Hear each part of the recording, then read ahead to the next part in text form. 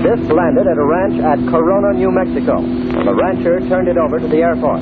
Rancher W.W. Brazil was the man who discovered the saucer. What I thought was a star began coming in my direction at a very rapid rate of speed. The unidentified object, which some sources thought might be a blimp, moved slowly down the Pacific coast from Santa Monica and disappeared south of Long Beach.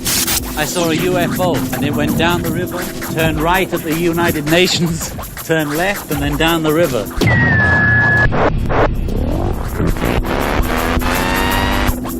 UFO classified. UFO classified. No more plausible deniability. Fact, fiction, or the truth. You decide. And now, the new voice of the high desert, the hostess of UFO Classified, Erica Lukes. And happy Fantopia Friday, my friends from all over the world. It is an absolutely beautiful and incredibly hot day here in Utah, but I'm sure you all know this. It's been quite a busy week for me, and I'm always doing something exciting. I have a new project in the works, which I have to keep under wraps for now, but let me just say good things are happening, and I believe from the bottom of my heart that there is a huge shift in play right now, and that the MUFON crowd that we're going to see a big upheaval. The symposium is this weekend, and from what I understand, there are more resignations that are playing out right now, and the foundation of MUFON is very, very shaky, which is good for all of us who are really trying to get to the truth. We want to share data. We want to create a cohesive community. We want to push the boundaries and make this palatable for the entire world, because something so profound, beautiful, and frightening is taking place. We need to address it, and I am very excited to be part of that, as all of you are too. I want to thank all my friends, Northern UFOs, Jeff Cox, David Cook, all of my people in chat. It really warms my heart every week to get in here and to know that you spend your Friday evening with me, because I love doing this, and I believe from the bottom of my heart that this is the most important thing that I will ever do. I want to share all of my knowledge with you, and I want to empower you to learn to make good decisions and to trust your intuition. I mentioned on my show last week my trip to ECETI Ranch, and that was a very interesting trip. I met two human beings that I will say I will be friends with the rest of my life. They were staying in the same cottage with me, and we had a lot of laughs. We might have to talk about one of the stories because this was one of the funniest moments of my life. I'm so glad that Kosta and Heidi were there to share this with me. But we had a wonderful time, and this really seeing Kosta and Hollis talk about ET contact and the importance of quieting the mind, the importance of understanding that there are things there, and we have to have faith, we have to have intelligence, and we need to come about this in a safe and thoughtful way. It really was profound for me. I think that watching Kosta and Hollis speak and communicate and seeing the genuine love and affection that they have, and also noticing that when lasers were being pointed at people or at objects, noticing how very, diligent they were about making sure that people were safe. There was one particular night when Kosta saw something, and at first he thought it was, maybe this is something anomalous, but he got up from his chair, he went into the cottage, and he looked and made sure that this wasn't a mundane thing, and I respect him for that.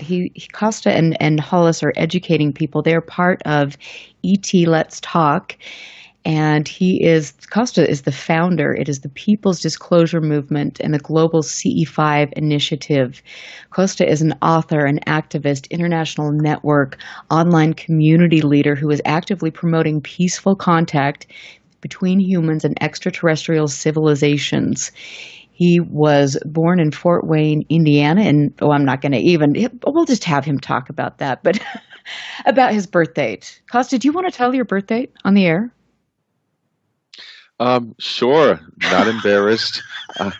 See, I am, and you might need to give me therapy because I'm like my mom, and I think that after a certain point, I completely blank out as to when I was even born. So I'm I glad can that you're never. okay with that. Oh yeah, I totally am. My birthday was 1953, a great and wonderful year, followed by many other great and wonderful years of people that I know who were born there.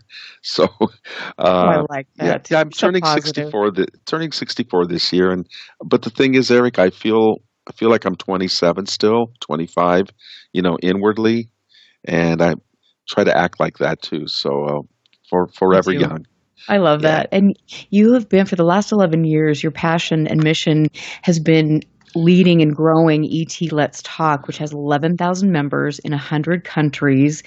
The community is making successful daily, weekly, and monthly benevolent ET contact. And that is really powerful that you have that many people and you're teaching the CE5 protocols. You have really created a wonderful community. And I'm going to ask you more about that. But I want to introduce your lovely bride. Or actually, why don't you introduce your lovely bride? Because I've never seen a couple that is so loving and tender. So tell us about your woman. Oh, this is wonderful. This is a first. Thank you.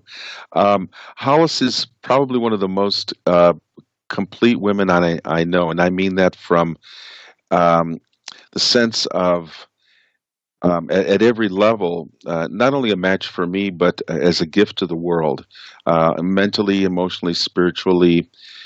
She has quite a balance and quite a store of knowledge on all these levels. And as long as I've known her, has always wanted to teach what she knows to heal people. I probably should let her give you all her credentials because she's more qualified to tell you about those. But I do want to say that I think we have a real dynamic partnership and a good complementary set of skills with each other so that, things she's good at, maybe I'm not, or vice versa. And we've learned over the years of working together now, almost 11 years, how to best match that up and really give to people kind of a complete package from our inner selves of what they need. And so, And I love that. I just want to say, I remember, we were at a lecture just looking at you two, and it was hot, and you two were over on the couch, and you're just holding hands, and just so. I've never seen a couple that has been together for as long as you have that still has so much affection and admiration for each other, and that was really beautiful. wow. Well, thank you for the compliment. I guess sometimes it helps to see yourself from someone else's eyes, and I certainly really do appreciate you doing that because uh, now we'll hold hands even more. I guess I don't know. Why not? Well, you better take a picture so I can put it on my wall, and then remember, Oh, this is how cute couples are. oh, okay, I okay. love. So, Hollis, and you are just lovely, smart. I mean, you have a lot of experience. You're incredibly educated. You have a bachelor's degree in engineering from Princeton, a Harvard MBA. You're a master practitioner of neurolinguistics and a certified hypnotherapist. You have been doing things intuitively. You started teaching people how to develop their gifts. And I think that is wonderful. It shows that you can have an education and be grounded in one sense, but then also honor your intuition and something that is working around us that we often can't put a tangible label on. It's all about the blend. It really is about using everything that you know. And by the way, I gotta say, ladies, how could you not love somebody who says those wonderful things about you? Aw. I mean, really. Aw. I know. Oh, that's really, that's awesome. And I think that, Yeah. for me to see you two, to see how genuine you are with each other and to see how genuinely you care about what you're doing, that says a lot because sometimes we get involved in this field and we don't see a lot of genuine people, especially lecturing and kind of on that circuit. And I think that there is the ET, that the communications, the CE5 protocols, this is important. It's important for research. It's important for personal growth. And I'm happy to have you on talking about that. And Kosta, I want to talk to you about how you first got involved in this. Okay. This is a story I tell a lot of times on interviews, and it never loses its fresh appeal for me. So here goes. I grew up in the 60s and 70s, and I'm just setting a baseline here so people can understand why later on, as I tell this story of how I got into this, I just kind of caught fire with it. And it isn't because it came out of nowhere, but because of where I grew up and early life experiences that I had. So growing up in the Midwest in the 60s and the 70s meant that I was very interested in everything having to do with space in those days, and of course, the Apollo, the Gemini, Mercury programs from NASA. Regardless of what you think of NASA in your opinion, and I know there's a whole range of that, but nonetheless, we as the public didn't. We only knew what was presented on television, and it was something that fired our imaginations. So I was all about the space program. I was interested in astronomy, had a telescope. I read a lot of science fiction. And so by the time I think I was 10 or 11, I picked up my first UFO book, and I just saw one of those classic discs, that the saucer shape with the dome on top and lights underneath on the cover, and I was just smitten. I don't know why, but I wanted to be on one. I wanted to explore other systems, and I suddenly realized, oh, you mean they're here?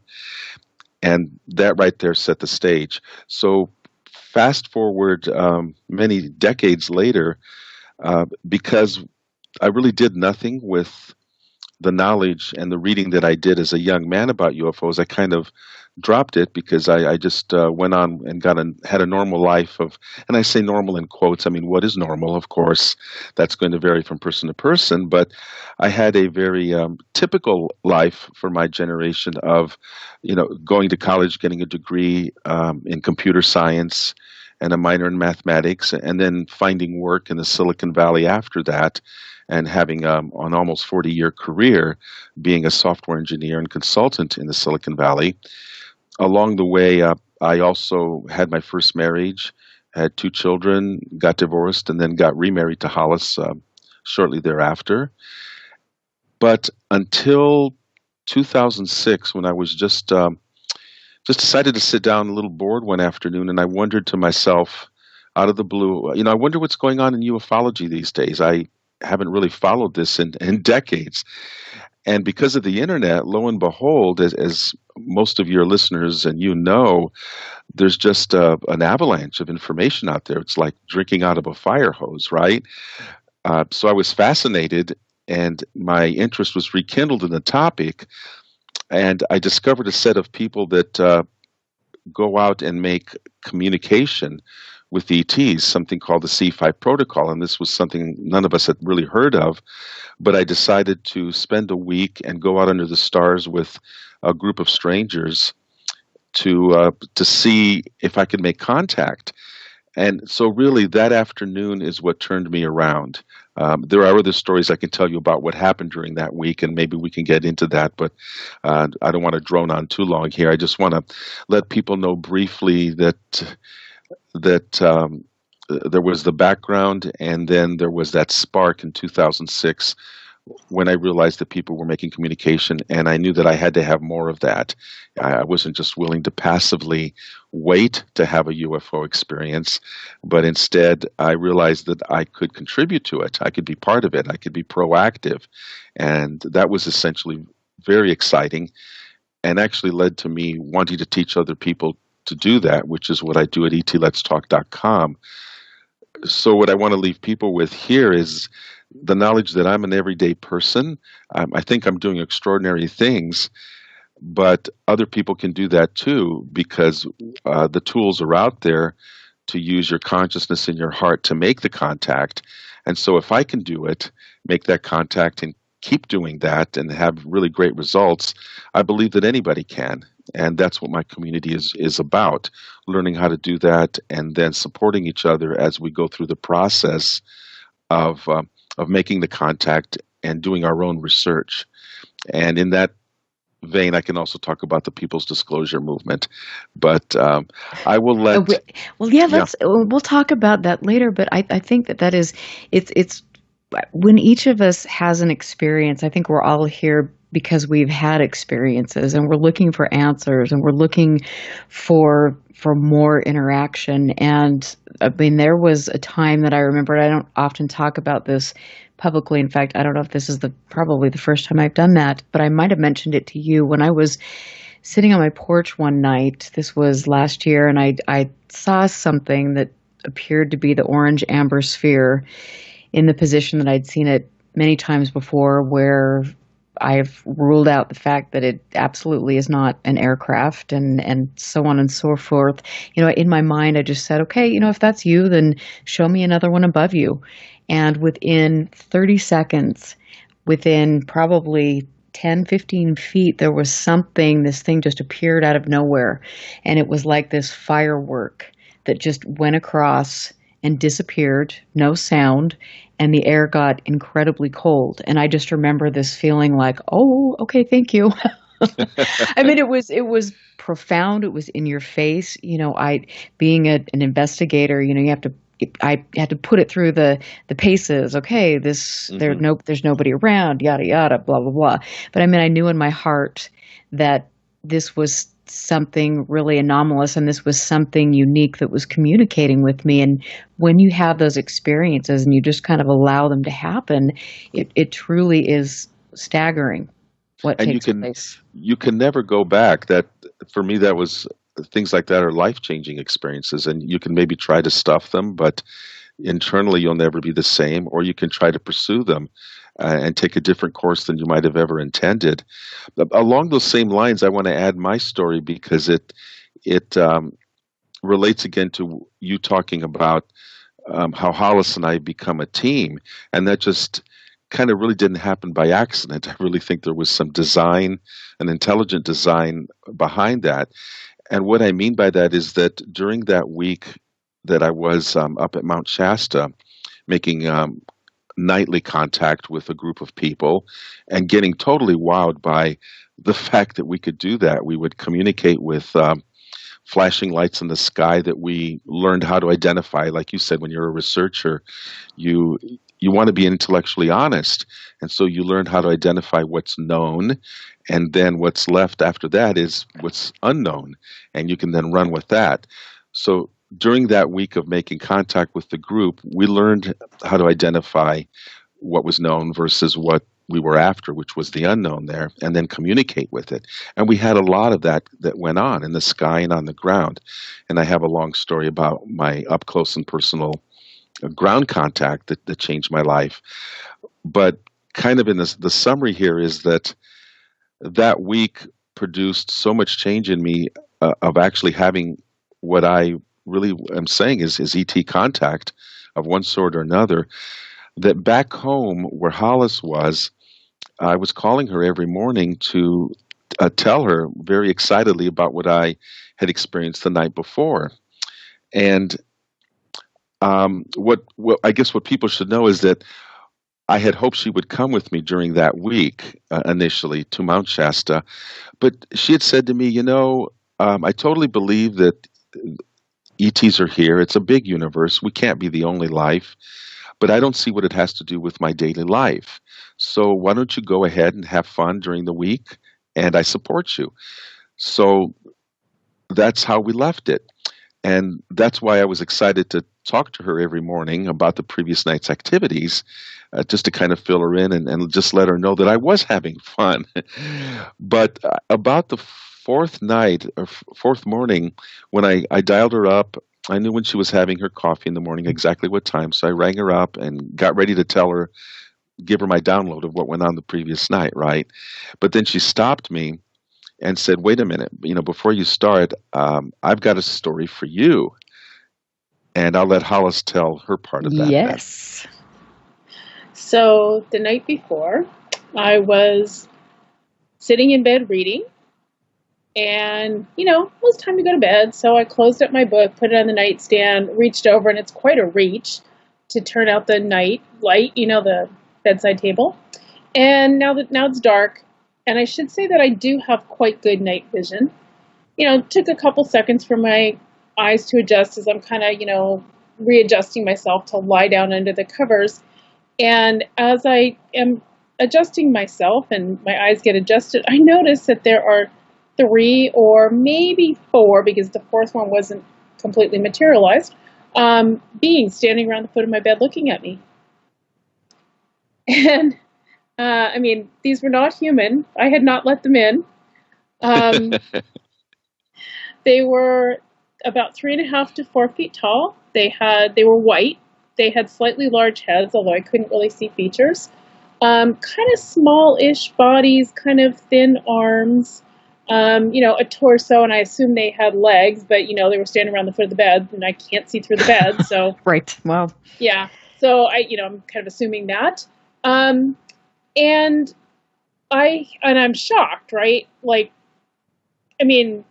Yeah, E.T. were interesting in a kind of abstract, yeah, I'm sure they're out there kind of way, not like, oh yeah, they're here in my bedroom kind of way. So I was completely shocked. And while that happened, I heard in my mind, so telepathically, this very sweet, "Who are you?" And I should say that these beings were emanating love, like all love. Like for anybody who has a pet, or babies can be this way too. When you hold a little animal or a small child, and you just feel the love coming off them, because that's what they are before they get acclimated to Earth. They're just love. And so these beings were just love. So while I was completely shocked, I was in no way afraid. So, but, I was shocked, and my mind went blank, which, trust me, that doesn't happen. And after what seemed like a long time, but was probably realistically 10 seconds, but that's a really long time, if you're just sitting there and in shock, kind of. I thought to myself, I should ask them something. And the only thing I could think of to ask them, which I did telepathically, is, where are you from? In retrospect, the better question would have been, how did you get here? But well, when you're in shock, these things typically, I'm impressed that you actually asked a good question. Yeah, well, so the answer formed in my mind very slowly. And you know what? We've got to take a break. Okay, well, right. I'll tell you after the break. Perfect. I know. We're building up a climactic moment. So I want to just thank Kosta for being here, and Hollis, his beautiful bride. And if you go to etletstalk.com, you can find out about events worldwide. You can find out about the CE5 protocols, and just make sure that, when you're looking into this, that you find people with integrity, which both of these people have a ton of integrity. I'm happy to be here. This is KCOR. I'm Erica Lukes, and we will be back.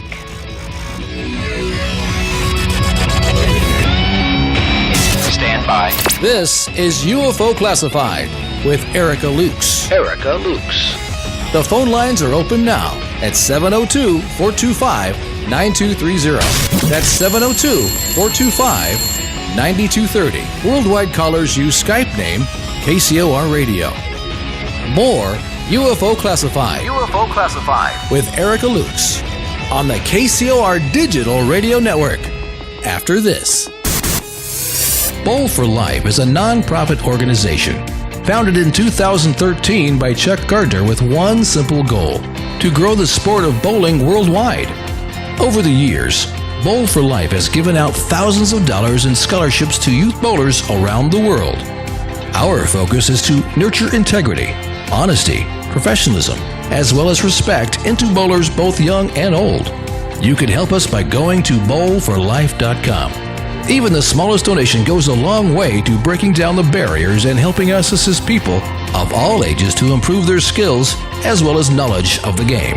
Bowl for Life is happy to be partnered with other great organizations like the Youth Education Services Fund, as well as the United States Bowling Congress, with many spectacular integrated events planned in the near future. To learn more, go to bowlforlife.com. That's bowlforlife.com. Now, broadcasting in digital HD radio. Each week, join Patrick Phillips as he takes you inside Hollywood. In-depth celebrity interviews, the very latest entertainment news, and more. Patrick Phillips hosts Pop Culture Tonight. Join me Thursdays at 1 p.m. right here on the KCOR Digital Radio Network. What if maintaining a healthy weight was as simple as drinking a cup of coffee?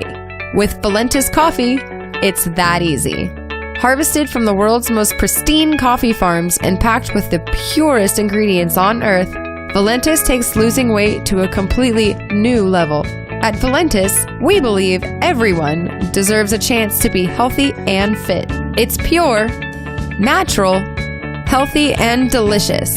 Click the Valentis Healthiest Coffee banner on the KCOR Digital Radio Network website and take the Weight Loss Guarantee Challenge. Valentis Coffee, simply the world's healthiest coffee. I'm jumping in with my clothes on. Most party fouls are pretty dumb, but if you decide to drink and drive underage, you could lose your license and your freedom. Learn more at ultimatepartyfoul.org. Brought to you by the National Highway Traffic Safety Here's what happened on the last episode of Three Guys, No Ties. But our dumbass did offer up the excuse of the week for what happened. He told the police that he took 5 generic Viagra pills, and when the bottle said to only take 1.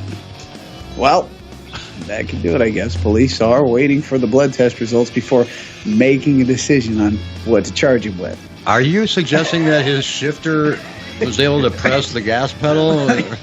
What are you going to charge him I think with? he's lying. What do you think? It must be because I took so much Viagra. It just went. Charge him with extended appendages? I don't know. Ow, my. Three Guys, No Ties. Wednesday nights, 7 to 9 Pacific on the KCOR Digital Radio Network.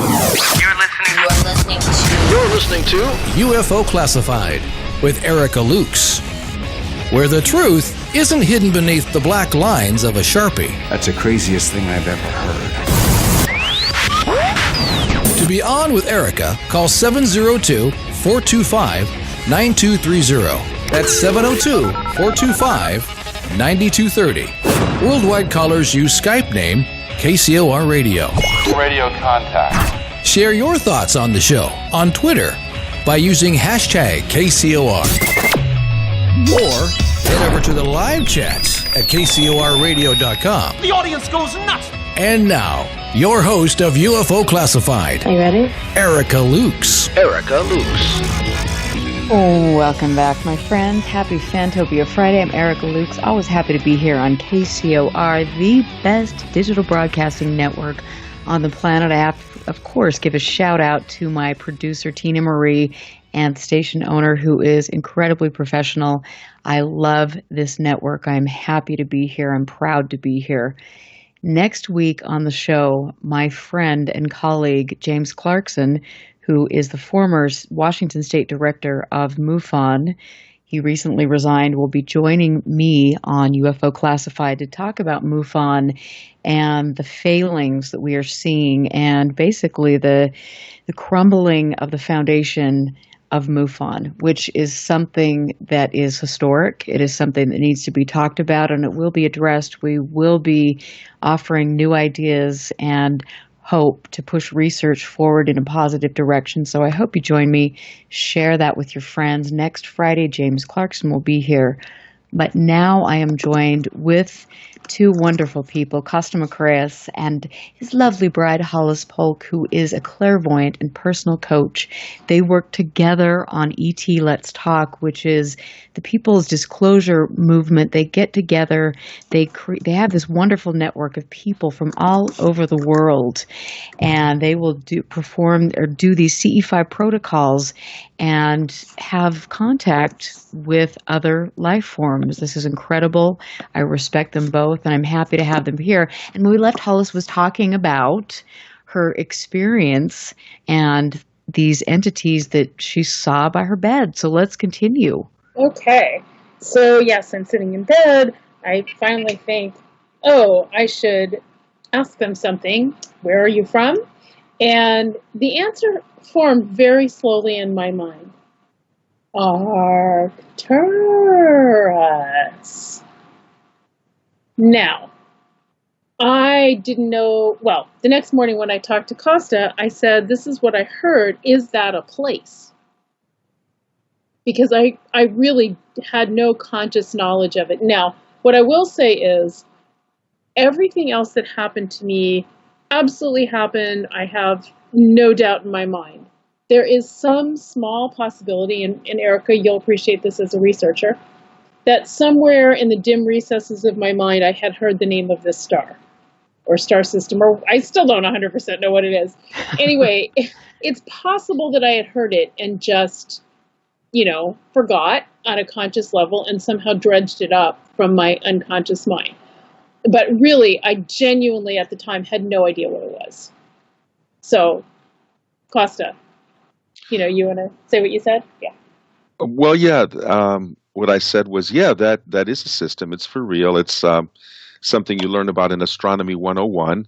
I believe Arcturus is a red giant, or maybe a super red giant, big old star, and it is in fact real. And I told Hollis that it was legit. And, we left it at that, except for the fact that now that she had her own experience, and I should say, what Hollis didn't mention is that though she's internally a very excellent clairvoyant, and she uses that in her psychic business, her readings and stuff, she by her own admission is not a really good external clairvoyant. Every now and then she'll see a part of an aura in a certain situation, but really that's about it. So what she saw at the foot of our bed in our bedroom was with her physical eyes, wide open. And that's really important, because people can say, oh, well, you're psychic. You were looking at them psychically with your third eye, and they really weren't there. Well, not according to Hollis. They really were there. So she was pretty impressed by all this. And the next thing she says is, next year I'm coming with you. Yeah, and I also need to say, I really never, ever, ever watched any science fiction. So I had no frame of reference. I had no expectation. I had nothing. This was really completely out of the blue. The only thing I read as a kid, my dad gave me Chariots of the Gods, which was fascinating. And, obviously opened my mind to the fact that, they're here, they were here, or whatever. But that was it. That was my sole, knowledge, experience, whatever. And what an incredible thing that both gave you that confirmation that you were moving in the right direction. And I have to ask you, because I know that people are wondering this. Sometimes when we have experiences like this, we do what every human does. We try to rationalize what's taking place around us. And for me, when I saw what I did, my first instinct was, this was something really profound, but then the logical part of me took over, and I wanted to figure out how to use science to really rule out the mundane and figure out what we're interacting with. I mean, where were you guys in that process? Well, for me, because I had a scientific mind and background and education, my left brain was always working in the background as maybe other parts of me were processing things. So I like to think that I never just parked my brain at the door and started believing everything I saw or experienced as being woo-woo or, out of the ordinary, paranormal. I always had a part of me doing a check, like, okay, could it be this? Could it be that? Well, if it's not this, it might be that. Let me go down this other path and start asking other questions. Always processing like that, because that was my training in the rational left-brained world. And I celebrate that. I don't say that that's a horrible thing. I just say that it needs to be balanced by what the right brain is doing, because it's like you have two halves that make a whole in that case, and you're going to have a fuller experience that way, rather than letting one or the other half, the left or the right brain, always ruling and being dominant. So during the week that I was experiencing the lights in the sky, orbs in the trees on the ground, I was getting touches on my shoulder, like little shoves, when nobody was around within 10 feet of me.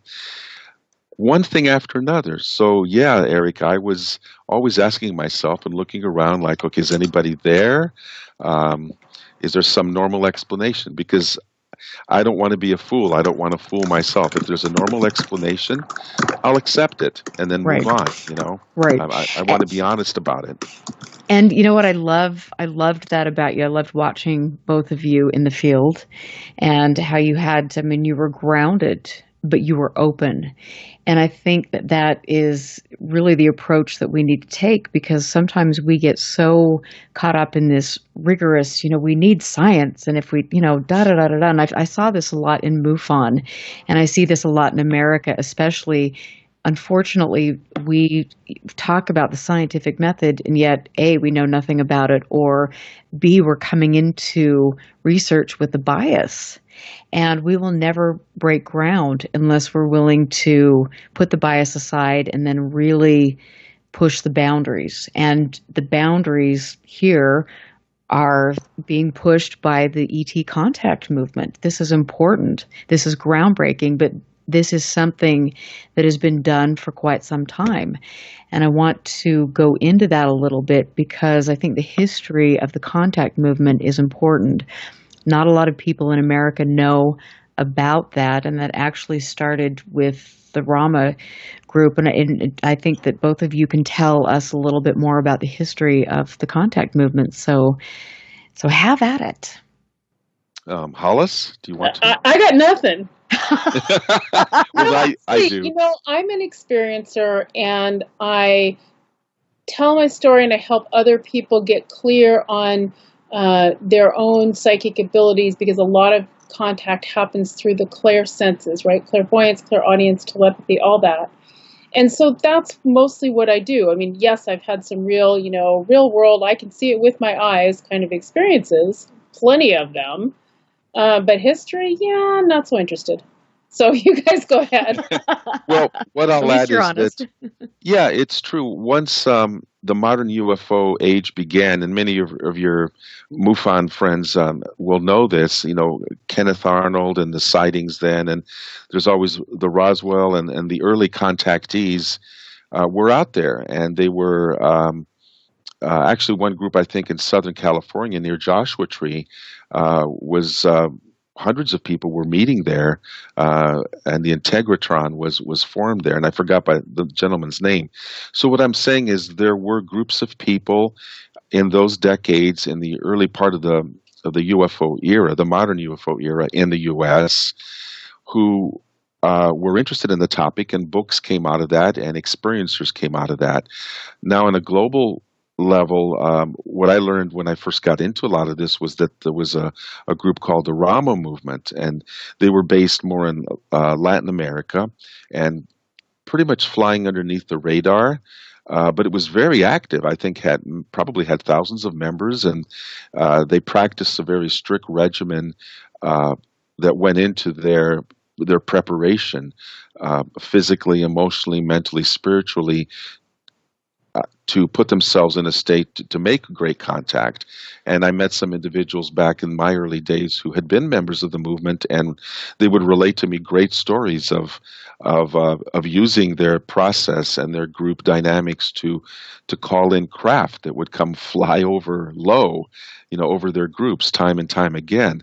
So that was pretty impressive to hear about that. And it gave me some hope that, I could do the same thing. And of course, I found out that I and others could as well.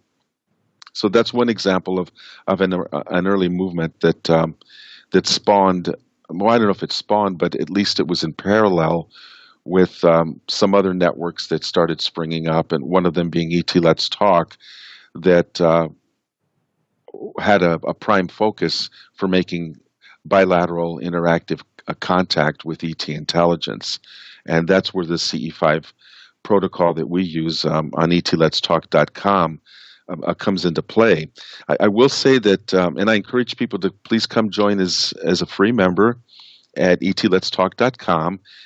You'll meet a great community there, read a lot of stories, get a lot of support from people, and also learn how to use the protocols there. They're very simple and direct, but I will say that I have found over these many years of doing this work in a global community that people will take the core of what I publish on etletstalk.com and they'll still customize it and spin it in their own way. So because I never signed up to be a sheriff about this and try to be a protocol Nazi or anything, I don't try to tell people, how to change something or how to do it. All I can do is really suggest a template, an outline that I have there on the website of what has worked for me and for others.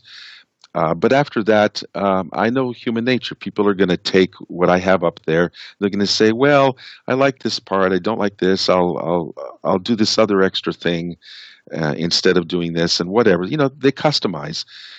And the bottom line is that despite all of that change and customization, I still get hundreds of reports. And we've been doing these global monthly ET contact events for almost 7 years now. I still get lots of reports of people making contact. So we all as a community must be doing something right. What I think that what we're really doing right is at the core, no matter how we might have altered a beginning template of protocols, at the core, as long as we all are expressing our goodwill, our open invitation, with an open and loving heart between ourselves and the group that we're making of humans, and then extending that to our galactic brothers and sisters, I think that core is really what is working for us. It raises our vibration and creates a high frequency. We've been told this, that by ET intelligence, that they know us by our energy signature. And so when we're operating through love and inviting them and wanting to communicate with them in that field of love and goodwill and harmlessness, they're there. They know how to find us time after time, and we get the contact. So that is why I emphasize at the core to new people, learn the protocols, go ahead and use what I have on the website. But if you're going to change it, at least keep that core solid, because that is how you'll get success. Well, and I think it's important for me to just say when I joined the group meditation that you and Hollis were leading, I mean, it was just like me taking a meditation class. I mean, it was a mindful guided meditation, calming your mind, focusing your energy and intention. And this is something that has been done for centuries, for longer than that. And so it's important for people to understand that there's a very significant history of people communicating with other intelligence through meditation, through quieting the mind, and it's very profound. And I loved that. We all felt so calm when we went out to the field. And the things that we saw that night, I will say, were pretty staggering. And as an investigator, of course, I was sitting with Craig Lang, who's in MUFON and very hardcore, and we were, questioning certain things, but we saw things that we could not identify, we couldn't explain. And I think a lot of that had to do with the way you led us in that group meditation. Well, that's amazing. And I want to give a shout out to Hollis, who is particularly adept at working at getting people into a deep meditative state. She has a really profound and successful process, and that's what you saw operating there, Erica. She does the first half of our combined meditation that takes people in. Well, you know what? I'll let her talk about it because she's the expert at that. Okay, this is going to sound overly simple maybe, but it is really simple. I have to be speaking while in a trance or hypnotic or meditative state. And I've been doing that for 30 years. I think it's really simple, like if you're me, But I don't think that most people practice, so most people can't do it. And when they try to lead a meditation, they're doing it from their conscious mind, and that doesn't work as well. And that's why once she is able to guide people, I'll tell you time after time, and I've seen her do this at our retreats, for people who are newbies or even experienced meditators, they always come out and compliment her and say, that is the deepest I've ever gone, or that's the greatest place of stillness I have ever found for the meditation. Would you do that again? I was just gone. Oh, yeah, we'll get that. I was just gone. Where were you? I don't know, but it was nice, and I came back. And yeah, go on. No, I think it's really beautiful, and it's interesting because I'm looking at chat, and there's some people that I adore very, very dearly, and I think that certain people we all have different takes on this, and so it's hard to kind of figure out how, because some of the meditations and the CE5 protocols can seem a little high gradient to people, especially people that want to get down and get the hard facts.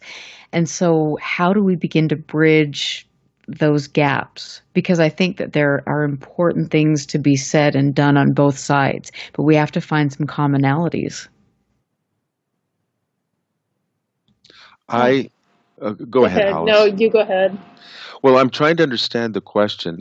You mentioned bridging, Erica, and I want to make sure I understand the two sides of the bridging. Could you clarify that a little bit for me?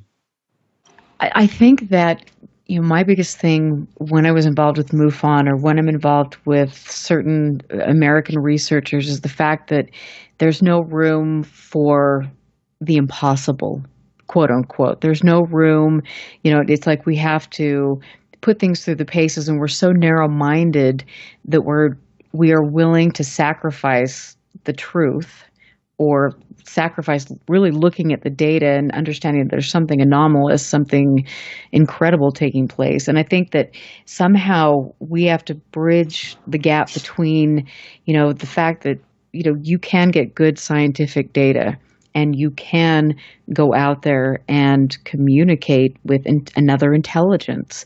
And somehow these two fields aren't communicating. And so how do we make that palatable for everybody? And how do we push this forward? So one argument I would make for the very left brain people, because, I kind of am one too, is that before there was a microscope, we didn't know there were bacteria. Before there was the Hubble telescope, we didn't know about, millions of galaxies. Or now there's some other, telescope, the name of which escapes me, that is showing us about all the exoplanets. So what we have tended to do is to assume that what we can perceive with our 5 physical senses are the limits of the universe. And that's just wrong. Well, as a person who all your life, Hollis, has used your psychic senses and developed them in order to bring in new data, you certainly have been that kind of a bridge. And that's why Hollis is able to speak to that, Erica. In her own life, she's an example of someone who's had that left brain, but she was always made wrong as she was growing up for her psychic senses. She knew things about people and situations and the future at times, and could see things and hear things that other people couldn't. So she was that embodiment, and clearly she's bridged that within herself. I would say to those who are left-brained is, if you have an open mind and you allow the right brain to kind of join in the party, but people like Hollis can teach you how to develop your specific psychic modality that will bring in new information for you and may lead you to discoveries that you never knew were there, may lead you to those bridges. Because like I see in Hollis, and I know other people like her, they have done that in their personal lives, and they've integrated that left and that right brain. And I just have to say that is so important, and that is so well put. I think that intuition is something that we are all born with. I mean, this is something that unfortunately now with technology we're finding that we're pulling away from this unique ability that each of us has. And I think it's important to honor that and to remember that. I mean, we all have gut instincts. We all use intuition, whether we want to call it intuition or not. And I think that if you do, what Hollis does and you really calm the mind, you can have experiences. I know my whole life has been full of very unique experiences. And I think because I'm an artist or more right-brained, I'm open to that. And it's incredible. And I honestly feel sorry for people that are so black and white that they can't see the beauty of what is unseen around us. To add to what you're saying, two things. The first one is we take in, and again, this is just with our physical senses, many more, let's call them pieces of data than we could possibly process consciously. Like in any given second, right? You're not paying attention to the temperature of the air or the direction of the wind, because even indoors there's a little bit of a breeze, the air moves. You're not paying attention to the feeling of your butt on your chair if you're sitting down, or the feeling of your feet on the ground. Like, there are a gajillion things you're not paying attention to. You're not paying attention to your own internal temperature unless it gets out of whack, like all that stuff. And so we have lots of abilities beneath our conscious, capacity that deal with all that information. And I think a lot of that is what we call, intuition, or I prefer psychic abilities because there's more than one, and intuition lumps everything together, which makes it harder to deal with. So that's one thing. The other thing I would say, for I think 27 years, there was a lab at Princeton in the engineering school called Princeton Engineering Anomalies Research, the PAIR Lab, and it was a psychic lab. Absolutely. And I want to talk about that because this is really important. We've got to go to break. And I just want to say thank you, everyone, for being here. The chat room is on fire with all sorts of questions we're going to ask.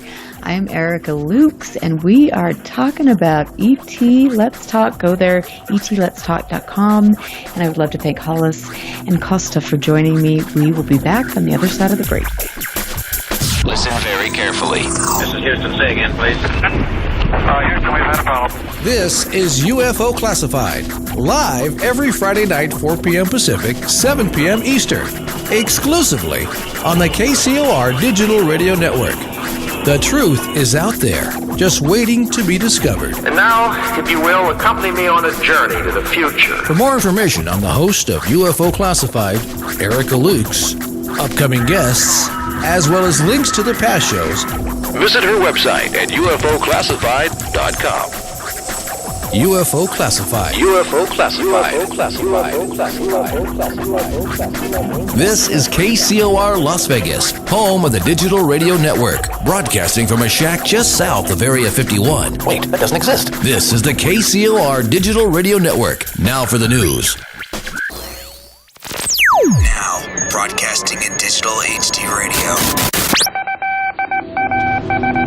The disc landed at a ranch at Corona, New Mexico. The rancher turned it over to the Air Force. Rancher W.W. Brazell was the man who discovered the saucer. What I thought was a star began coming in my direction at a very rapid rate of speed.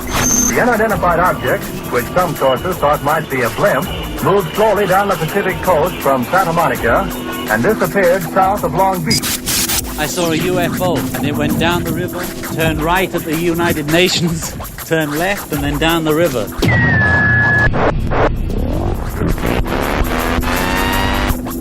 UFO Classified. UFO Classified. No more plausible deniability. Fact, fiction, or the truth. You decide.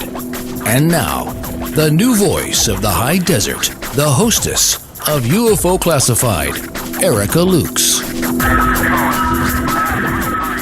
Welcome back, everyone, and happy Fantopia Friday. This is KCOR Digital Broadcasting Network, so stick around for a fabulous night of strong, intelligent women who are going to be rocking it out here on KCOR, including my wonderful producer and show owner, Tina Marie, will be up with Restricted Airspace, and then Solaris Blue Raven will be following her up. So stick around, grab a margarita, have a good night, get comfy.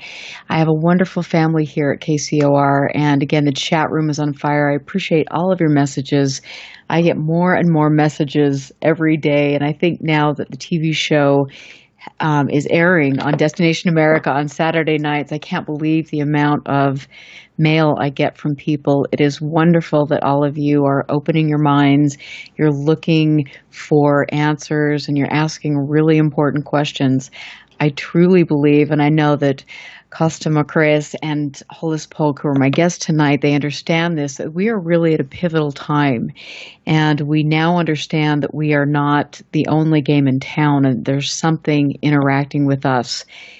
How do we go about making sure that we have the right to know the information? How do we understand that I truly believe, and I've got to ask both of you this, when we talk about interacting with another intelligence, how do you feel about the fact that the government or malevolent forces could be trying to manipulate that for their own gain? And what do we do to make sure that we are sending out the right message? That is a really good question, a really intelligent question that has to be addressed. Certainly, there are forces who have been part of the cover-up for many decades that don't want the truth of the visitation that we're having to be told. And we could do a deep dive into the many reasons that is. And there are profound reasons that have vast implications why they would be covering up. But what I'd rather address is what we as people can do to move forward. We already know the cover-up's gone on, and there's a lot of debate out there.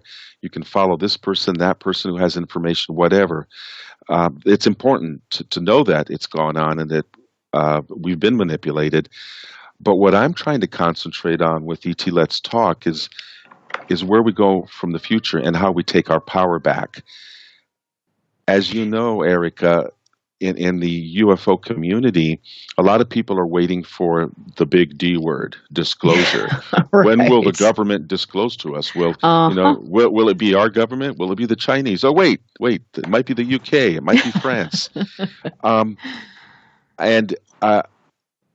I totally honor a lot of the people who have tried to knock on the doors of government in this country, in the U.S. and other countries, to educate politicians and other people in positions of influence and try to get someone to come out and make that announcement, to disclose and say, yeah, all of you all were right. They are here and we've known about it, and et cetera, et cetera. Well, they really haven't done that in the way that all the disclosure activists have wanted. And what I'm saying right now with the People's Disclosure Movement, which I founded in October of 2010, what I'm saying is that rather than waiting for authorities to tell us what we want to hear, we should take the power back into our own hands, because otherwise we're being passive and letting them set the agenda and manipulate us. So by offering people the tools with these protocols to make their own contact, it's a very simple and powerful evolutionary and revolutionary thing to do, because then every person like you, Erica, and the people that you know becomes their own researcher. When you make your own contact, it's an experience nobody can take away from you. You are the one then that can decide what was real, what wasn't, who you're going to tell. And in the People's Disclosure Movement, we're encouraging people to have these experiences, find their homies, find their comrades, find their friends everywhere, and share the knowledge and the information so that we kind of crowdsource disclosure. I love that. Again, rather than waiting for the authorities, why not use the same energy and take our power back and be active about it?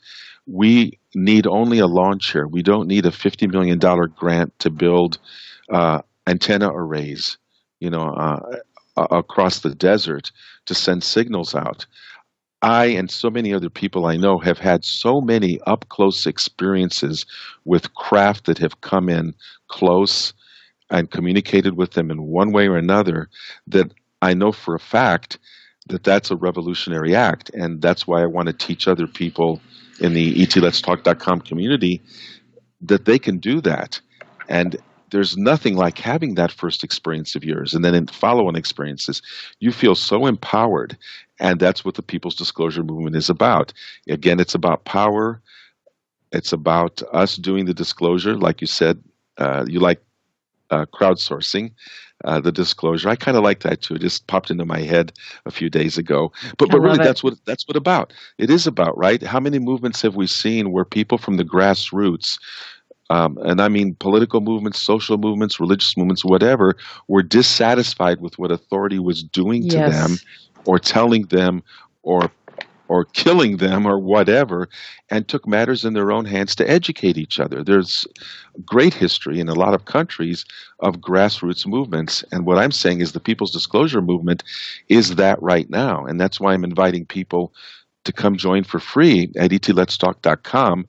Get the tool there, which is simply learning how to do a protocol, and then become your own authority and find other people and share. The day will come when enough of us are doing this, this is the end game, that we will have made enough contact all over the world, and I know that ET will respond. We'll have made enough contact that no institution, no authority will ever be able again to tell us there's nothing here, move right along, nothing to see. Right now, the distrust of governments across the country, the world really, is not so great, especially in the U.S., and there are many others. Yep. Do we really believe them about the UFO thing as much as we believe them about, how honest our elections have been, or the fact that they really care about our health care or care about how much money we're making? They don't. No, they don't. And I think that people are lazy, though. We don't. And I think that we do have a distrust, but I think that people, unfortunately, are lazy, and they don't want to get involved in their communities. They don't want to make changes, with policies and do the hard work. It's hard work to have a grassroots community. It's hard work to make political change or to make change in anything that we're doing, and it will require work. But this is such an important issue that we need to have control of it, and we need to, as citizens, global citizens, we need to take control of how we are going to interact, because I don't trust necessarily what the government says or does, because they don't tell us the truth about any of it. And so I think it is beautiful. I love what you said about the fact that this is the People's Disclosure Movement. I love it.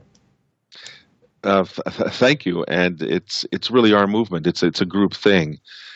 I like to say that everybody's the leader. I may be someone who on my website and in my community is organizing people and doing some cheerleading. I do that, of course, because not all of us play the same role. Some of us will be the organizers. Some will be the graphic artists that create something beautiful, the video makers. Others will be the teachers who teach people this. Everybody's needed. There's a lot of roles to be played, but the big umbrella is that there is a People's Disclosure Movement, and in our aggregate, we have a synergized power that no government anywhere can suppress for long. We all know how people's movements throughout history have eventually had the day. Once people do get up off their butts and suddenly say, I'm tired of being lied to, I'm going to take some kind of action, even if it's a small one. I'll join, and even if it's licking envelopes or hitting the send button on emails, everybody has some kind of contribution. And when you join that with other people, then they energize you too, and it's not as easy to be lazy. In my community, I've been finding a lot of people who are activists, and it's just lovely to see networks within networks on the internet springing up. So, we have a community. If something should happen to one of the nodes in this network, then like the internet, it'll rewire itself. The center is everywhere, and everybody's a leader, and everybody can do what I do. Find your friends, organize, get an email list, teach them, go out under the stars, make your contact, report it to others, and have them teach other people. This is how we're growing. This is what the future is.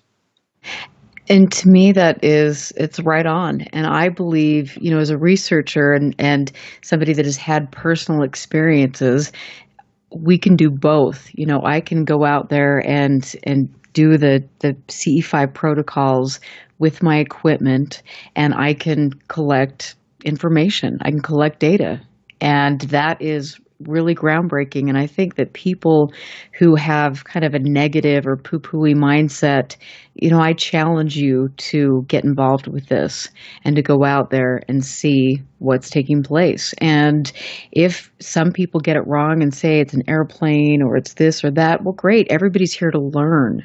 But there is something magnificent going on, and it serves to be respected, and people, scientists, researchers, investigators need to go out there and give it a chance. I agree, and we welcome people to be able to do that. In the age of smartphones, that's been one of the most revolutionary tools we have, because the cameras, even if it's not the highest resolution, what people have captured just when they happen to have their smartphone camera on them as a craft came by or lights came overhead is remarkable. Again, that's putting the power back in the hands of the people. There's been a lot of growth and change in people's attitudes compared to when I was young, and what I see now is the attitude of the millennials. It's like a fast forward of a few decades. This whole field has become a bit more acceptable. I'm not saying everybody does, but we can now talk about it. I think Hollis has had, and maybe she can speak to that, how in her life, like with her psychic senses, how there's been an evolution from where she had to be early on to where she's able to talk more openly now, that she probably could never imagine would have happened. Well, I think part of it is I just decided, I'm going to believe my own experience and not what other people tell me is true, because I had too many experiences where I was right. And then after a while, I realized, I'm not going to shut up about it. This is reality. And just because most of humanity has been taught, or I should say disempowered, by the power structures, not to know what they know, not to see what they see, not to hear what they hear, doesn't mean I have to go along with it. And I love that. And I love the fact that you said, Hollis, you were talking about the fact that we know a fraction about what really is taking place. We're making discoveries every day about our own planet, and we know virtually nothing. So we have to not be so egocentric to think we're the beginning and the end of reality or the universe. And I really believe, I know through my own personal experiences, through scientific data, through people's stories, that there is something there. There's something there around us all the time. It's interacting with us. For me, I don't know what it is, and I want to ask you how we differentiate some of these different energies that are around us. But it is very real. Well, I'd like to actually go back to your question about, evidence for the fact that these abilities are real, and go back to the Paralab for a minute, because they had, I don't know how many studies using data from, hundreds of volunteers who were doing effects on kind of proxy physical things. So I remember playing with one that was a column of water. I remember playing with, this is going to sound really funny, affecting balls in a giant pachinko machine. Like the size of a wall of a room. They would shoot a ball up, 8 feet high or 12 feet high or whatever, and then it would go through a series of pegs, and you had to think, rather than getting a standard normal distribution of balls in the slots at the bottom of the machine, do I want it to the right or do I want it to the left? And, and then they would take a picture. And I could do it. Lots of people can do it. Some people have negative signatures, meaning they would think right and it would go left, but, everybody, lots of people can do it. I'm not saying everybody can do it. And they had, hundreds or maybe thousands of these things. And they found that, yes, indeed, people can affect all these various physical things, some of which, again, they were using the column of water or a robot on a table to affect a random number generator. And, it worked. And again, there are, 23 years of data or 27 years of data, which kind of indicate that, yes, this works. I mean, it's scientifically done. Absolutely. And you were mentioning, before we went to break, you were mentioning the Stanford Research Institute and the profound work that has been done there by, Hal Puthoff and many others, Russell Targ. Yeah. And this is important. This is taking place. And Dr. John Alexander, all of these subjects, I think, need to be broached in a rational way. And there's, go tell us a little bit more about that, because some people might not know what the Stanford Research Institute is. Oh boy, honestly, because I was a graduate of the engineering school at Princeton, I'm much closer to them, and I've read the stuff from SRI, but I can't recall it well enough to talk about it. I can talk plenty about the Princeton stuff. I can talk about human effects on weather. I can talk about effects of co-operators, meaning two people working together, which is very interesting. So, your choice. Oh, I would love to hear you talk about that, because it's all goes back to the same thing. And this is really important. So tell us a little bit about that. Okay. So we'll start with the co-operators. So, there's this thing about women's intuition, right? Yeah, turns out not so much. On average, any woman is as good as any man. And I'm talking about on average. I'm not saying that there aren't individuals who are really talented, because there are. But on average, doesn't matter which gender you are, okay? Then it turns out, they started working with co-operators, two people working together. It turns out that two women are as good as one woman, two men are as good as one man. But a man and a woman working together are 4 times as good as either one of them separately. And a man and a woman who are a couple are 7 times as good as either one alone. So if you have a significant other of another gender, that, and you both can agree on what you're choosing, that's really powerful. I was amazed when I first heard that the results of that research that from Hollis that was done at the Pear Lab, because I had not heard anything like that before, and they took it upon themselves to actually try to quantify, those co-operators, and that's astounding. Absolutely. And I've got a question that I want to ask from Troy, and this is kind of going off this topic a little bit, but it's an important question. So and Kosta, this is for you, when doing the CE5 protocols, what do you feel, and how would you recommend people handle lasers? Troy asks, I know that some countries and states have laws that you can't shine them in the sky, period. For me personally, I think that might be a safe bet, because I've seen the way people choose to use them. But what do you tell your group? I absolutely forbid them. I have many years of experience knowing people who've used them, and way back in the past, I even used them. But in the United States, it's a really problematic thing. I don't think people should be using lasers. They are carelessly used, and even with training, they're still against the law. It's a federal crime to be shining them in the area of aviation, for example. I think it's punishable by up to 20 years in prison and a $250,000 fine. So it's a criminal offense, a felony, and there are people doing jail time for doing that. They're just a bad idea. You don't, they're kind of a cool toy. If you've ever seen one of those and how it projects up into the night, you can get real excited. But I know people that have been nearly blinded by casual use. You get 5 or 6 of those going in a group, and you've got a circus. It's undisciplined, and again, it's illegal. And the fact is that I don't allow them, but what we do like to use are LED lights that are safe and legal, and that are concentrated enough that they can serve as pointers.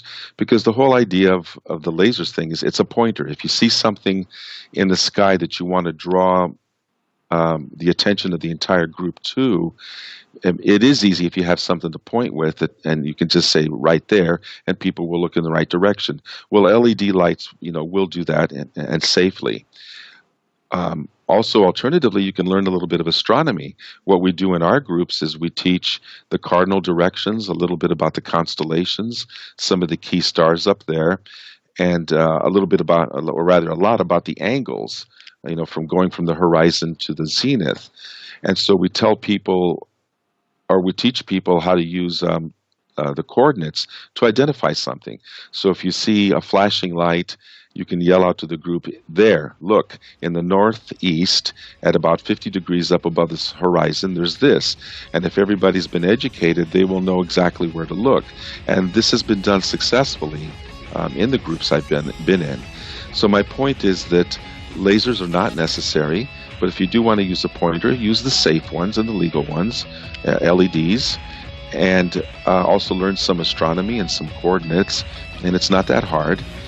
Also, I will say that there are satellite apps up there that people can use on their smartphones to identify things. I want to talk about that. I can hear the music. We've got to go to break, and this is really important. I'm here with Kosta Makreas and Hollis Polk, my 2 favorite dear friends now. I just love them. I can't wait to see them again. You can go to etletstalk.com. I'm Erica Lukes. We're going to take a break, and we will be back. Stand by. This is UFO Classified with Erica Lukes. Erica Lukes. The phone lines are open now at 702-425-9230. That's 702-425-9230. Worldwide callers use Skype name KCOR Radio. More UFO Classified. UFO Classified. With Erica Lukes on the KCOR Digital Radio Network. After this. Bowl for Life is a non-profit organization founded in 2013 by Chuck Gardner with one simple goal: to grow the sport of bowling worldwide. Over the years, Bowl for Life has given out thousands of dollars in scholarships to youth bowlers around the world. Our focus is to nurture integrity, honesty, professionalism, as well as respect into bowlers both young and old. You can help us by going to bowlforlife.com. Even the smallest donation goes a long way to breaking down the barriers and helping us assist people of all ages to improve their skills as well as knowledge of the game. Bowl for Life is happy to be partnered with other great organizations like the Youth Education Services Fund, as well as the United States Bowling Congress, with many spectacular integrated events planned in the near future. To learn more, go to bowlforlife.com. That's bowlforlife.com.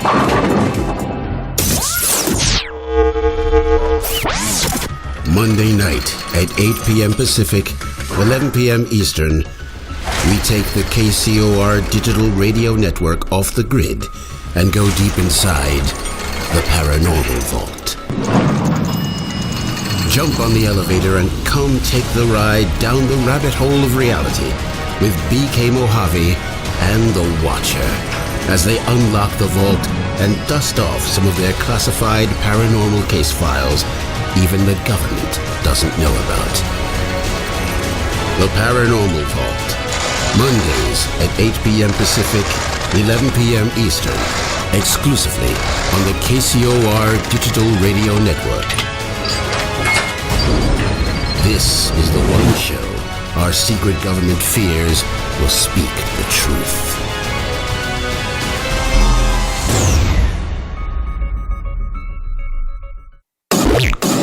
That's good. Turn your radio up. I love it. All the music I want to hear. This is my station. Friday night, 9 p.m. Pacific, Jump onto the celestial highway and travel at the speed of light. Into hyperspace. Hyperspace. Hosted by Solaris Blue Raven.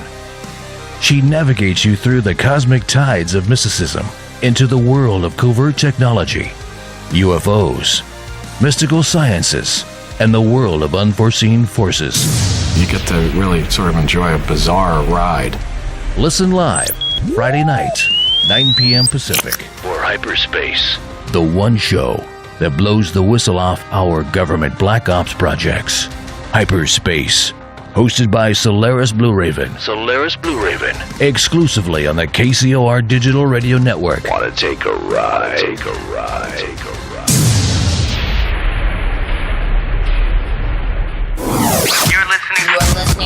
You're listening to UFO Classified with Erica Lukes, where the truth isn't hidden beneath the black lines of a Sharpie. That's the craziest thing I've ever heard. To be on with Erica, call 702-425-9230. That's 702-425-9230. Worldwide callers use Skype name KCOR Radio. Radio contact. Share your thoughts on the show on Twitter by using hashtag KCOR. Or head over to the live chats at KCORradio.com. The audience goes nuts. And now, your host of UFO Classified. Are you ready? Erica Lukes.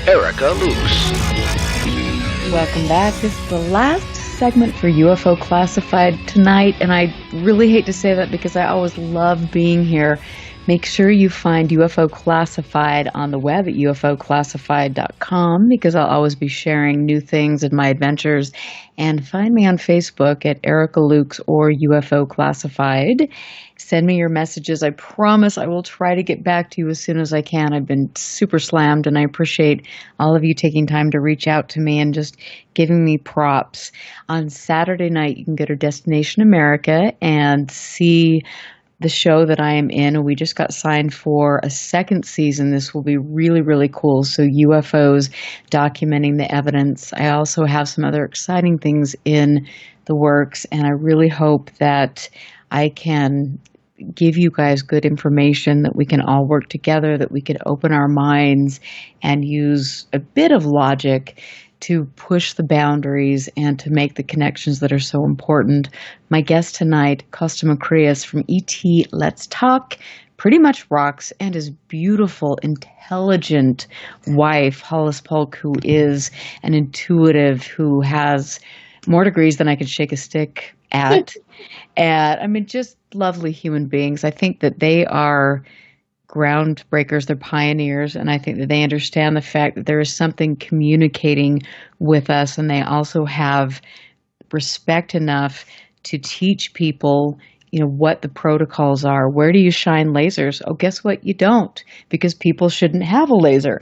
You know, how do you identify something that's mundane, and how do you understand that it's truly anomalous? I think that's what is needed. And you both are empowering people to disclose all of this information, not because we're waiting for the government to tell us what we already know, but because we are going to get out there and do it ourselves. And that's really a cool thing. It's our pleasure to do that. I have to say that I've learned as much as I think I've been able to teach in the almost 11 years I've been doing this.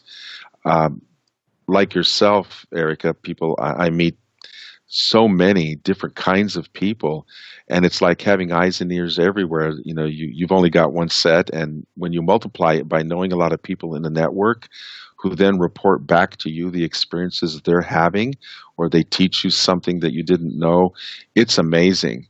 It's amazing. I'm humbled by all that because, like I said, I'm just the organizer for all this and teach a little bit, but then people take it on themselves to actually do the work.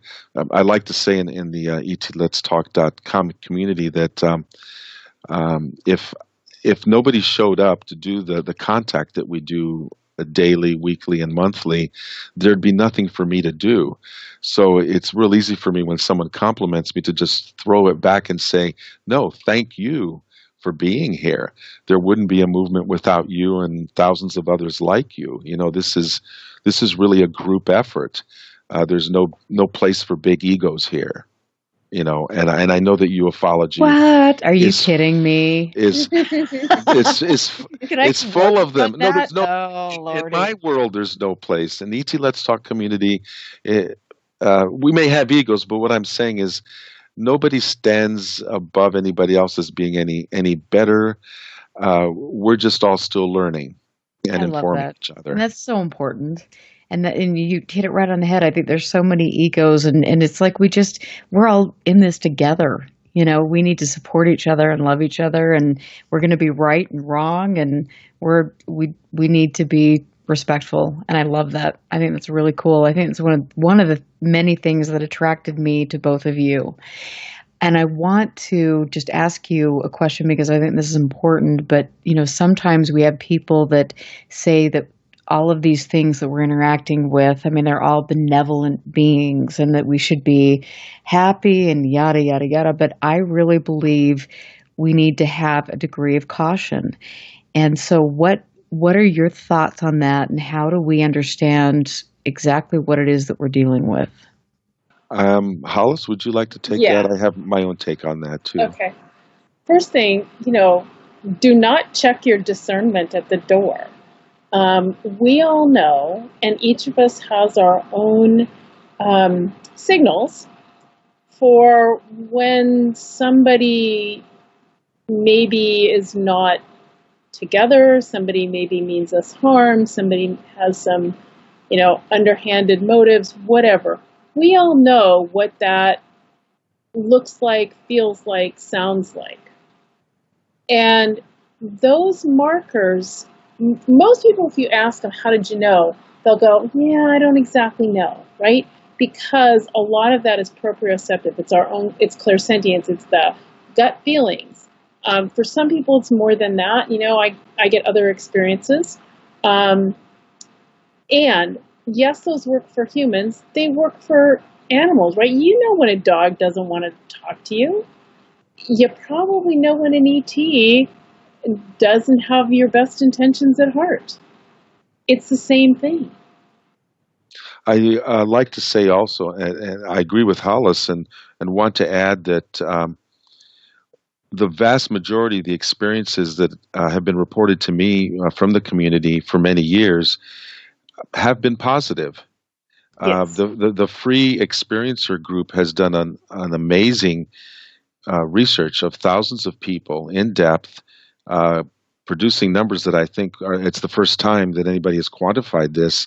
And they found that I believe 85%, that's 85% of their thousands of experiencers had a positive experience or a positive consequence. Now, of course, that leaves 15% where there's, some more exploration needed. I personally believe that there have been service to self, ET races here on Earth in the past. I don't believe that they are here much, or if at all, anymore, because we're at a spiritually heightened time right now where we're getting a lot of help from the benevolent ET civilizations in order to neutralize what I call the bad actors who've been here. So I try not to dwell on the negative, positive ET thing, except to acknowledge that there have been the service to self, but I don't believe that they're as active, or if at all, anymore the way that they used to be. We're in a new phase now where I'm telling people that I believe we're building a golden age on Earth. There's an amazing amount of civilizations out there that clearly recognize that the human species is about to become cosmic humanity, and they're here offering their cooperation and their help if we'll just reach out to them and not try to shoot at them, bring them down like, the hidden powers have been doing. And that's why the People's Movement has such a great responsibility and a really great opportunity to show goodwill to the benevolent races that are here. This is something that's never been done on this scale probably ever in the history of the planet. And what's exciting is that we're on the forefront of it. People's disclosure movement means we're making the contact ourselves, and someday it will lead to a full open contact. The disclosure will blow wide open. We'll be on the ground interacting and talking with these civilizations. I truly believe it's a matter of short years, not decades, certainly not centuries. And so that's what we're working towards. We acknowledge that that's the past. You've got to concentrate on the future and on the power we have in our hands now to engage the positive races that have basically won the struggle here. And of course, there may be people that disagree with me. That's fine. I'm past wanting to debate about it. I'm basically just acting already on what I know, what I've been told in my communications, and I have communicated with ET Intelligence, what I've been told by them. And so I have my own set of guidelines on how to proceed, as well as other people have their own. And again, this is about people doing their own research. If someone disagrees with me about this, then that's their reality and they can act on it. But I know what mine is. I know where I'm going. I know what I'm teaching, and I'm going to stick to that. That's my story, and I'm sticking to it. I love it. Yeah. Love it. Yeah. You got it nailed. And I think that's important. It's like you have your own truth. And, people, we're so caught up in ego and bias and belief systems. And I know that some of these things they just sound, I think, to somebody coming into this so freaking preposterous. But what I will tell you is what I thought about this situation 2 years ago, 5 years ago, is not the reality that I know now. And the more I research this and look into it and talk to witnesses, the more I am baffled, and the more I think that some of these things really need to be looked at and embraced. And I want to ask you this question because in my research, I am leaning towards the fact that there is something here that is perhaps terrestrial or interdimensional that has been here for a long time that is interacting with us. Have you ever come across that? I haven't. I'm not saying it's not there, but in the way that you phrased it, no, and not that I know of. We encounter a lot of things. Go ahead, Hollis. I have a different take, which is I genuinely, I've been dealing with my own guides and other people's guides for, 30 years. And I now no longer can necessarily distinguish between what's extraterrestrial and what is something that we would call a guide. I mean, I think a lot of what people call angels may have been ETs. So there are certainly beings that are transdimensional. What do we want to call them? They're higher level beings. Does it matter where they're from if they are spiritually more advanced than we are? The lines do blur, and we human beings, we like to have names and labels for things, and we can start tripping over those, especially in this kind of a field where it can be so subjective. What Hollis is right. What's one person's angel is another person's ET. What's the reality? The reality is your own experience and what it means to you, I think. Right? In the end. Absolutely. That's what we walk away with. So why do you believe that these are extraterrestrial? They told me so. Yay! Well, okay then. That was a question. No. Yeah, I'm half wanted to clarify. When I ask a question and they say Sirius, okay, well, I know that's a star system. But if it's somebody trying to play a joke on me and they're really from Arcturus, hey, that's an ET with a sense of humor, and they're playing me. In the end, I don't know anything. I know what I've experienced. Do you know what I mean? Let me give you an example.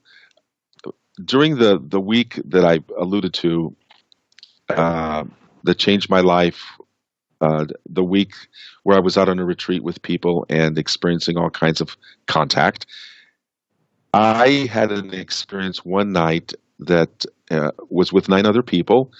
After an evening of sky watching, as people were leaving, going back into their motel rooms and their cars, I was still hanging out with about 9 people in a secluded clearing in a forest at the foot of Mount Shasta. I was getting ready to leave too, but someone tugged on my sleeve and alerted me to look over at like 6, 8, 10 feet to my right. And again, this was at night. And there was a slowly materializing sphere, a globe, maybe about 6 feet across, that was just kind of coming on into view. And I rubbed my eyes. I looked at the foliage, at the moon, at the light, going, is this a trick of my eyes? I'm going down this checklist. But it wasn't. Other people around me, sober, straight human beings, very alert, were seeing the same thing. And we watched it for half an hour. This sphere floated above the forest floor there without a sound, without smell, without noises, anything really extraneous. It was opaque, and to my eyes it was gray. And it really shouldn't have been there. It was totally out of my experience. Every physics class I ever took said that what I was watching was impossible. You know, things just don't materialize and sit there for half an hour while we're all watching it. But okay, there it was. And I was believing my own lying eyes. From the other side of our circle, one of the people spoke up and said, hey, I just had a telepathic message from one of the beings inside of this. It is a small craft. And they told me that they're research scientists. They're here to study human energy systems, what we might call auras or extended auras, whatever. They're here to study. And I thought, oh, great, we're somebody's PhD thesis on a field trip. But okay, well, we'll take the visit anyway. So we got that bit of information, and next to me was standing a female friend of mine, just a couple feet away, who was standing very straight as a board, very erect, with her arms out at an angle facing each other, her palms facing each other, and the forearm being at a right angle to the shoulders of the body. She did that for half an hour. Now try doing that on your own without moving and see how long you can hold your hands up. It's probably really difficult. I didn't know what was going on with her. I knew it was related to the sphere that was sitting there that we were kind of talking about in hushed tones. So I was just near her in case she showed any signs of distress. Well, at the end of the half hour, she did kind of start jerking around and moving and muttering something. And so I steadied her by the shoulders and got her to be a little bit coherent, and finally asked her, wow, what happened?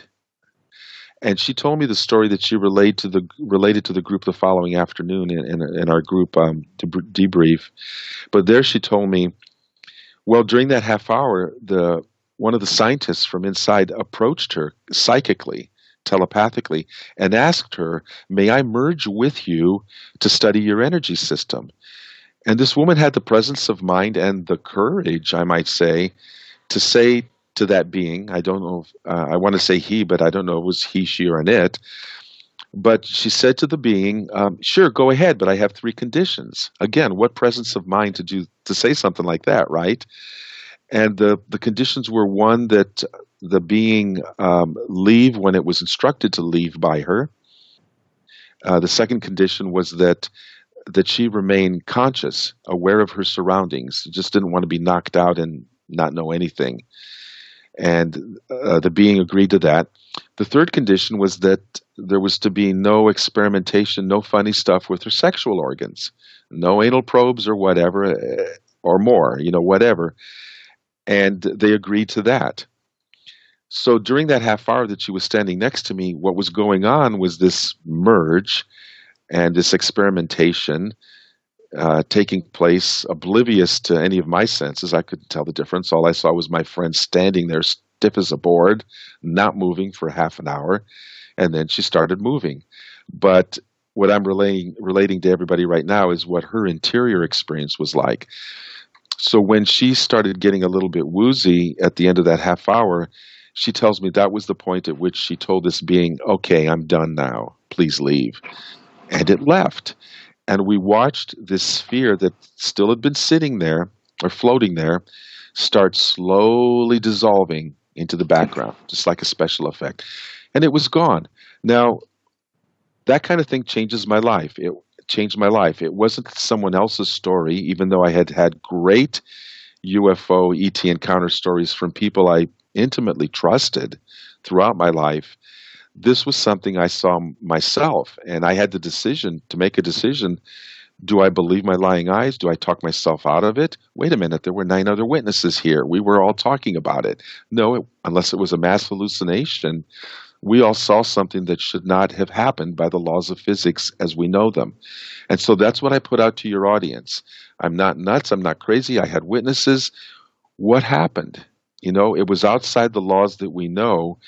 Doesn't this mean to us that maybe we don't know everything yet? There's some formula we haven't discovered. There's some theory that hasn't yet been put out there to be tested.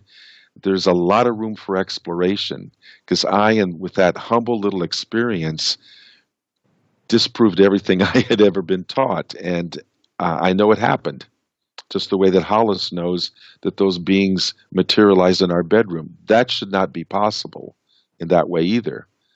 But it happened. So maybe reality is larger than we think it is. And shouldn't we be exploring it? Absolutely. And that's the thing. I mean, like I've said so many times, I mean, each of us are here because of our own personal experiences. And for me, I think instead of trying to spend my whole life, telling myself I didn't see what I saw or experience what I experienced, I need to say, hey, wait a minute, life is bigger than what we think.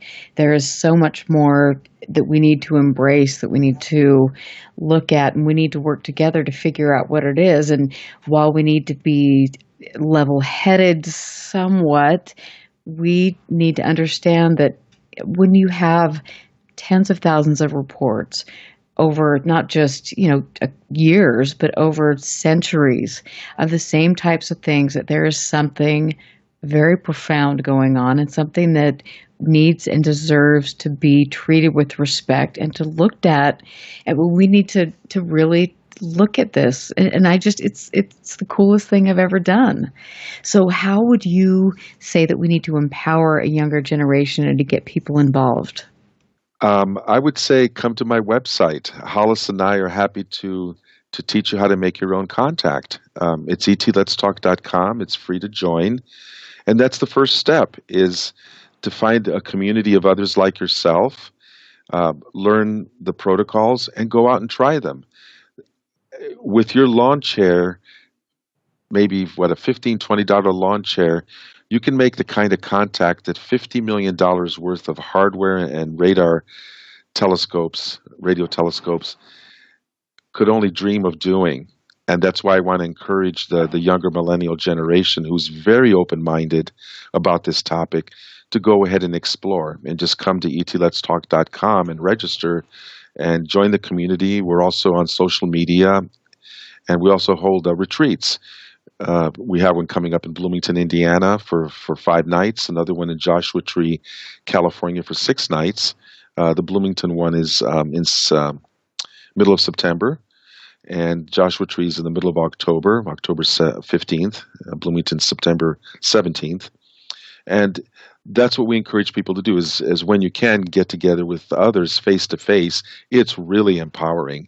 But when you can't and you have a virtual community, then it's really empowering too, to meet people on the internet who share your experiences and help form a community with you. I don't know if Hollis has anything to add to that. No, I was just going to say, come join us. It's really fun. And to play in the afternoons, doing meditations and psychic exercises, and then we get to go out at night and make contact, and it's really fun. You know what? I had a great time with you, and I hope I can join you sometime soon. And so, Hollis, how do people find you and learn more about your psychic abilities and how to develop gifts? So come to my website, 888-4, and that's number 4, Hollis, HOLLIS.com, which is also my toll-free number. So call me, if you want to talk, if you want a reading, 888-4-HOLLIS. Really simple, 888-446-5547. Oh, I love it. And thank you both for being here. It was such a pleasure to meet you. I know we are going to be lifelong friends and have many more adventures, hopefully that don't involve me walking in on somebody in the bathroom. I dare to dream. That's a story for another day, people, but it was really good. So thank you so much. And etletstalk.com. I'm Erica Lukes, always happy to be here with you. Thanks for all of your great questions. You guys are keeping me on my toes in the chat room. Next week, I will be talking about MUFON and some of the latest resignations, how we're going to make this field better. I will be joined by James Clarkson, the former State Director for Washington State. You guys all have a wonderful and safe weekend, and stick around for a great night of Women on KCOR. I'm Erica Lukes, and I'll catch you next time.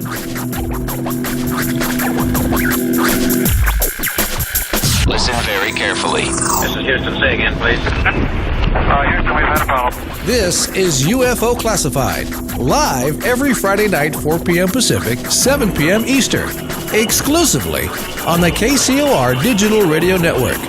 The truth is out there, just waiting to be discovered. And now, if you will, accompany me on a journey to the future. For more information on the host of UFO Classified, Erica Lukes, upcoming guests, as well as links to the past shows, visit her website at ufoclassified.com. UFO Classified. UFO Classified. This is KCOR Las Vegas, home of the Digital Radio Network.